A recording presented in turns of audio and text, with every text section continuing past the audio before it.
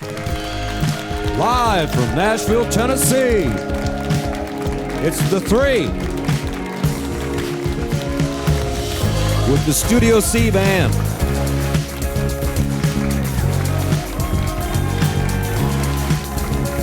And here's your host, Laura Harris-Smith.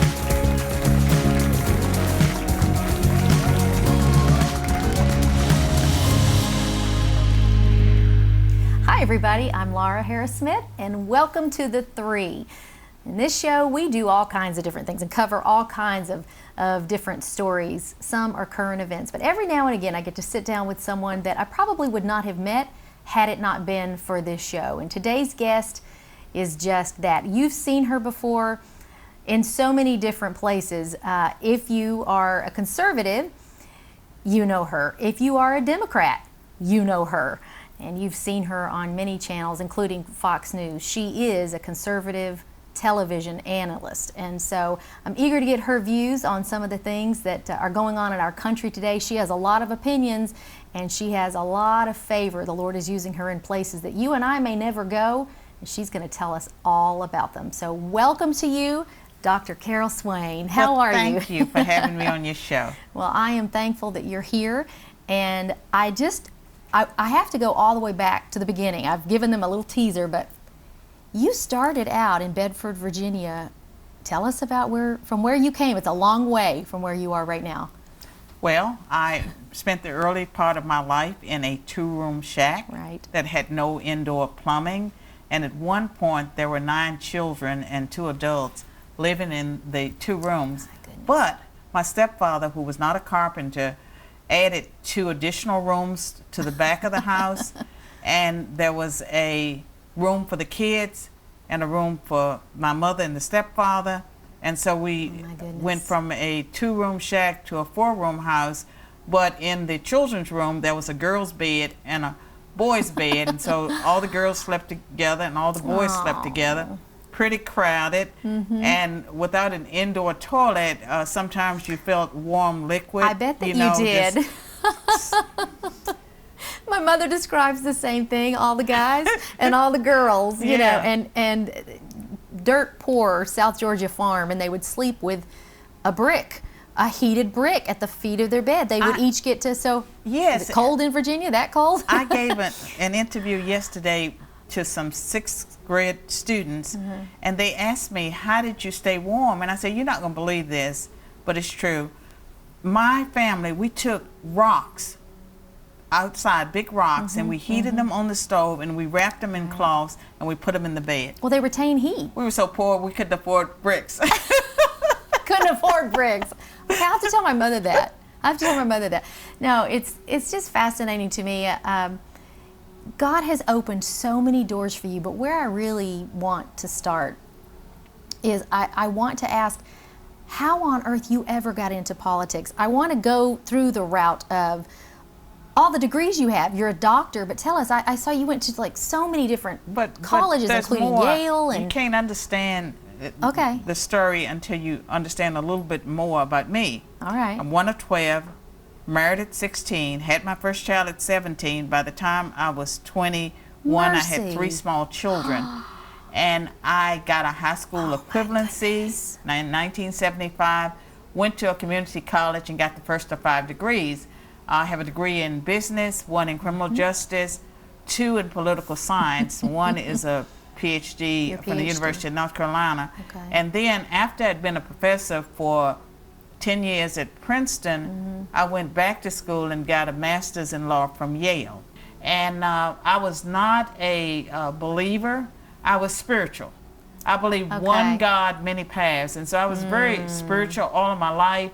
I was a spiritual person, but I was not a Christian believer. I looked down on Christians because they were all hypocrites and all those people telling me I need to get saved. You know, these people were leading worse lives than I was living. And you know, but they would say, you know, God's blessing you. And I'd say, yes, yeah, okay. Nothing about them made me want to be a Christian. And so when I did eventually get saved, I had to take my eyes off other people But I always knew that there was a spiritual world and that there was much more than what other people knew. Yeah, yeah. And just in the very few minutes that I've had with you, the topic of spiritual warfare has already come up. Not something that comes up when you've known somebody for 5 minutes, but immediately when you and I first met and we connected, Right. it was over. One of our first conversations was about the Holy Spirit. Yes. And we saw Him in each other. So would you take us to that point then? Just go right there. When did you discover Him? When did you get saved? And then when did you really fall in love with the Holy Spirit? The most important thing I know is that God knew me long before I knew Him. And as a child, among the 12, I knew that I was different. I knew that there was something I was supposed to do. And I felt like I had been dropped from outer space. And, you know, like some people say kids, babies, you know, that they're closer to God, they know something. I was very, very different all of my life. But I did not come to know Jesus until I was in my 40s. Really? But, and my journey included New Age, Eastern religions. I mean, I was a seeker, always sincere, always seeking truth. Right. In my teens, for a while, I was dabbling with Jehovah's Witnesses because they said the world was going to come to an end in 1975. And I counted up and realized that if the world came to an end, I wouldn't have time to get married and have kids and do all that stuff. So that was a factor in my deciding to get married quickly. I left them before 1975 because I didn't care whether the world came to an end or not. I had had enough. And they teach that there's no burning hell, that the wages of sin are death, and you just die. And I thought, hey, that's not so bad. And but when I left religion, I stayed away from formal religion for more than 20 years. And when God brought me back, it was after I had been very, very successful as a professor. I'd won national prizes. I'd gotten early tenure. I was a hot shot. I was probably at least 30 pounds thinner, and I mean, I was hot to trot.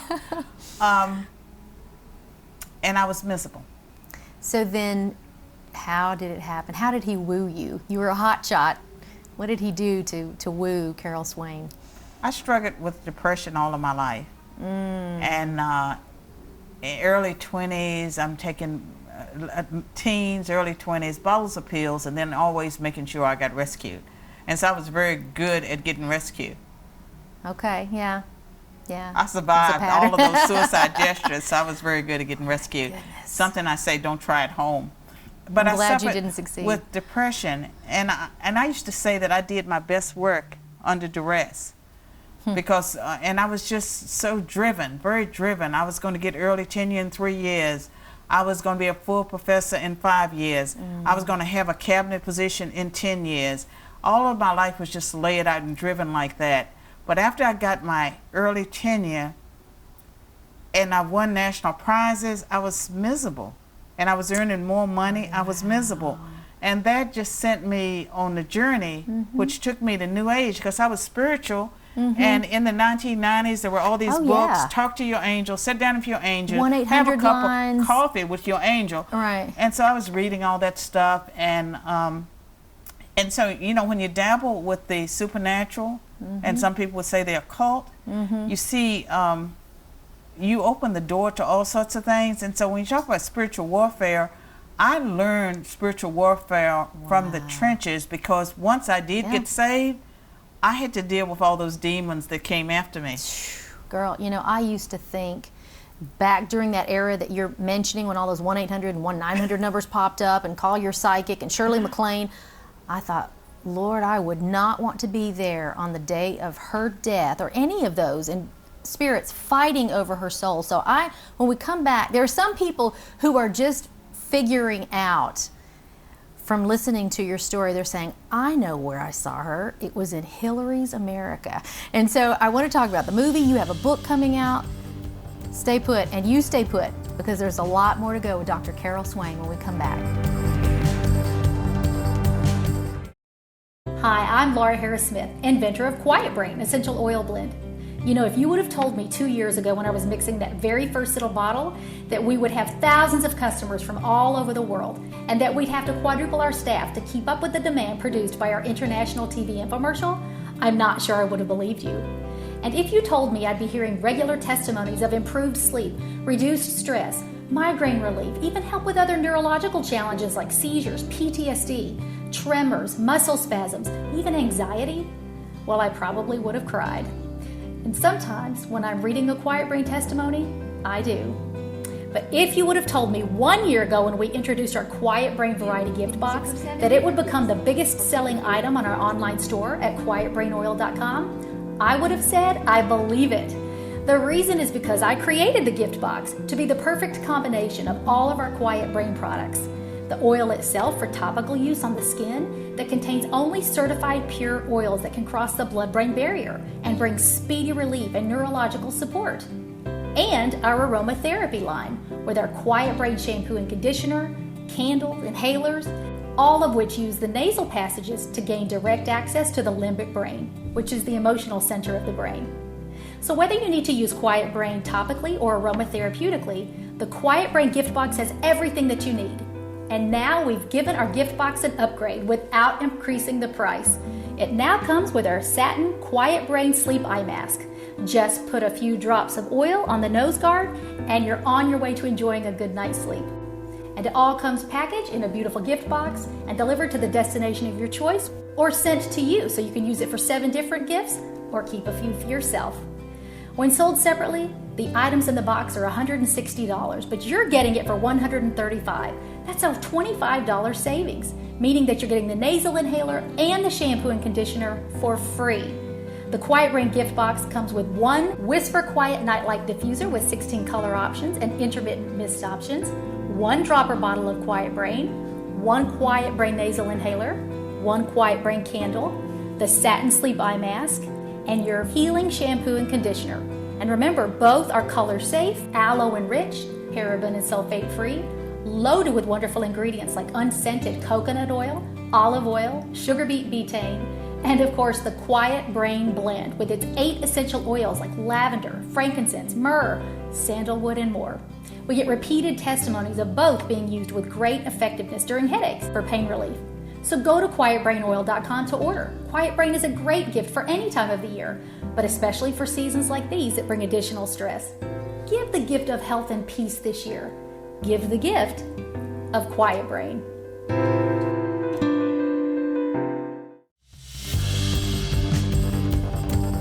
Hi everybody, welcome back to The3. I'm Laura Harris-Smith. I'm here with Dr. Carol Swain, and my head is exploding. I'm trying to figure out exactly where we start with you, but can we just go back a little bit? Okay. You were about to talk about your conversion experience, and we left off at spiritual warfare. I want to know how it was nailed. You are sold out to Jesus, Carol. I want to know exactly how that happened. Well, one of the interesting things is a few years ago, it was actually 2005, which seems like a few years ago. Yeah. I ran into I was at Princeton for an event, and this young man who was about to be ordained as a pastor came up to me, big guy, and he go, "Professor Swain, you remember me?" Of course I didn't. He had been in my freshman class at Princeton. Mm-hmm. He said, "I used to pray for you and John DiUlio every day to get saved, and you both got saved." And wow. During the time I was a faculty member, I saw students that were Christians that had something that I didn't have, and one of them invited me to church. But I saw that they had something, but that's not what pulled me in. Mm-hmm. I became dissatisfied with my life. Mm-hmm. Mm-hmm. And there were just a lot of things that I was just, not happy. And strange things were happening, and we don't have time to go into all of it. And you had opened the door, really, in that realm to it. Right, yes, because I went to, the New Age types and all of these various people, and you know what they told me? What? It's a great honor to work with you, and, you're going to be speaking before millions of people. And at that time, I was shy, and I didn't know anything. Yeah. Proving that psychics are real, they're getting their information from the wrong source, but it's a counterfeit of the prophetic. So at any rate, some of the things they said to me encouraged me, and we don't have time to go into everything, but the turning point for me was I was in the hospital for a medical reason, but I had an experience that, you know, people could say it was psychiatric. They could say that because I thought I was dying, and I had this experience of like a narrator showing me different points of my life, and I had always heard, before you die, your life plays in front of you. Right. And I was being shown all these choices that I had made, and I was being asked whether what was it, who was I, and what was it going to be. Oh my goodness. And I knew enough to choose Jesus in that experience. Okay. Which some people say was induced by medicine. I don't know what it was. All I know is that I chose Jesus, but I was sure that I was dying as an unsaved person. And before I went into the hospital, I had read the book of Revelation. And so that part about where people would seek death and, you know, they would be tormented, they wouldn't be able to die, all of that was playing in my head. And I was so surprised when I woke up and I didn't die. And you were still here. And yeah, but here's the thing that's so interesting is that Princeton, upper class, affluent community, they had a black Pentecostal chaplain who came into my room and and started talking with me. And I said, no, don't talk to me. I'm a bad person. I'm a terrible person. If you talk of me, you be lost or something like that. And so what did he do? He began to rebuke the spirit that was coming out of me. And there was a cleaning lady in the Princeton hospital, black. She threw a book in my bed about Jesus, and she said, that's all you need. I still have that book. And that black Pentecostal pastor, that year I had 5 hospitalizations, and one of them was for an intestinal blockage. People die from that. Oh yeah. I always wonder that if I hadn't chosen Jesus in that experience when I thought I was dying, would I have died? I don't know. But I know that the first experience, that's what happened. The doctors thought that I was going to kill myself because there were no clinical signs of death, yet I was saying, goodbye, you've done a great job, and all of this stuff like that.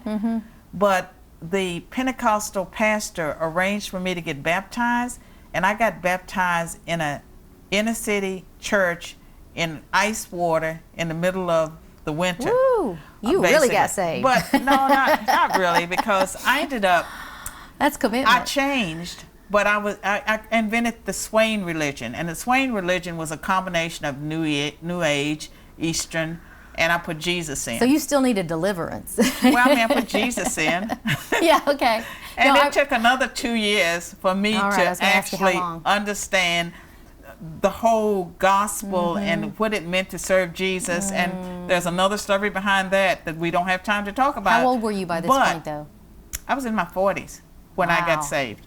Wow. In my mid-40s, but at some point when I understood what the gospel was about, I got rebaptized, and I knew at that point that my life did not belong to me, that my life belonged to Jesus Christ, and that he'd given me all of my experiences as a gift. And that was in 2000 when I became a devout believer, and I understood the gospel message.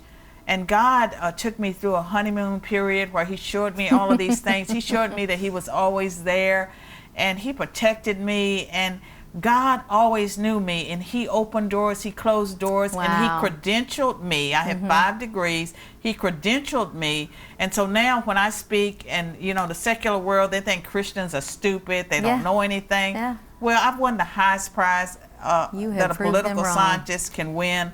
I've been tenured at these elite institutions, and so God clearly credentialed me to be able to do what I do today, and for people to take me seriously. Even if they don't like me, they have to deal with the phenomenon that is me. When we come back from the break, we're going to talk about why people don't like you. But I know a lot of people that love you. So this is going to be an interesting last segment. You either love me or you hate me. Well, you're not neutral. We got a lot to fit in, so don't go anywhere. Right back with more of The Three. Hi, Laura Harris Smith here, and you know by now that it's a passion of mine to see people get healthy body, mind, and spirit. As a nutritionist and as someone who almost lost her life due to a lack of proper sleep, I'm convinced that sleep is the most important but the least emphasized puzzle piece for total body health. I created my Quiet Brain Essential Oil Blend to offer support to sufferers of migraine, tremor, PTSD, anxiety, seizures, and more. But one of the most frequent testimonies we get from all over the world is that it helps with insomnia. People are sleeping better with Quiet Brain. But my other passion is helping people hear God's voice, not just during the day while awake, but also at night while they sleep and dream. And that's why I wrote Seeing the Voice of God, what God is telling you through dreams and visions. And now my two worlds, that is author and inventor, really come together on this topic of sleep and dreams through my Sweet Dreams package. You get one rollerball bottle of Quiet Brain, which is comprised of lavender, frankincense, myrrh, sandalwood, and more, and a copy of Seeing the Voice of God, complete with a 1,000 symbol dream dictionary for interpreting your dreams, and instructions on which vitamins and minerals to help you better remember your dreams. Sleep is the mattress of dreams, so grab this offer while it's still available. One copy of Seeing the Voice of God and one rollerball bottle of Quiet Brain for easy application. And, while supplies last, a free Quiet Brain satin sleep eye mask. So take back your sleep with Quiet Brain and take back your dreams with Seeing the Voice of God. Order today at quietbrainoil.com. Welcome back to The Three, everybody. I'm Laura Harris-Smith. My guest today is Dr. Carol Swain. Some of you saw her in Hillary's America. Many of you have seen her on television. She's everywhere. She even ran for mayor in my city, Nashville. I really wish you were my mayor. I told you that last night. I hope you'll put your hat in the ring again one day. But one of the things that I find really fascinating about you, and you've spent this whole time talking about how much you love Jesus. I have no doubt. But you used to be a Democrat. You have argued against reparations. You have criticized Black Lives Matter. I mean, you called them Marxists. So I get all of that, but can you just tell us in a nutshell, when did you go from being a Democrat, a liberal, to being a conservative, and what kind of heat do you catch because of it? Well, first of all, when you're born into America, you're born black and Democrat. So I was a Democrat. But and the Democratic Party wasn't always what it is today. It's not. I always saw the world differently. And so my first book won all those national prizes. I was a Democrat then. But I did not become conservative and a Republican. I was never a liberal. I always had common sense. Okay. God gifted me with transparency and common sense. So I was never liberal. But once I became a Christian, I could not support a political party that endorsed things that were not biblical, whether it was good for you.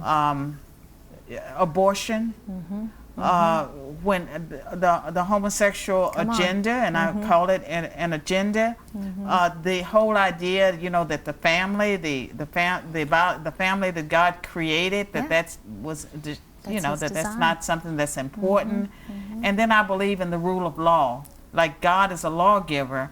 And so there was so much that I saw taking place within the Democratic Party that was a factor, but I did not run to the Republican Party. I became an independent for a number of years. All right.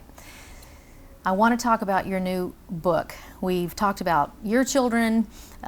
We've talked about your education. You put it all out there. The enemy is abducting our children. What's going on, and what's the title of your new book? Well, I have 9 books. Right. And in 2016, I published a book that's co-authored, Abduction, How Liberalism Steals Our Children's Hearts and Minds. And it was written for people who love America's children, especially parents. They're not aware often what's taking place in the public and private schools. And that's right. And it's also now taking place in Christian academies where, under the guise of diversity and inclusion, institutions are bringing in people, and these people are really pushing secular ideas that are anti-Christian, and they're doing it in such a way, using the Marxist language of social justice, and people that are uninformed, they're so easily duped. And so the church world is being duped. But that book, I'm in the process with my co-author of updating it to address the drag queen story hour, the collapse of the Boy Scouts. The Girl Scouts, you know, they changed like decades ago, pushing the Planned Parenthood abortion agenda. Oh, you're covering all of that. Oh, good. Okay, so it's about to, the re-release and all of that is about to happen. Where can we find it? The 2016 copy can be ordered on Amazon and also for the next edition or in bookstores. Okay. But it will be released sometime later this spring. Yeah. It has come at great cost. I'm no longer a university professor. I took early retirement. I love young people, so I miss them a lot. Wow. Well, people want to hear from you, so tell us about your podcast. Where can we hear it? Well, in 2011, I published a book called Be the People, A Call to Reclaim America's Faith and Promise. And I took that concept of Be the People because be, the action form, in my mind, it was a call to the we, the people, mentioned in the preamble of the Constitution, to stand up, take responsibility for the state of our country, because under our Constitution, we elect the politicians. They enact the programs and policies on our behalf. They are the ones that when you look out there and see a society that you don't like, and you're complaining, and you know, people, all these complaints, well, you should point a finger at yourself, because it's the people. And in America, at the time I wrote that book, 78% of Americans professed to be Christians, yet we had a country that was in moral decline.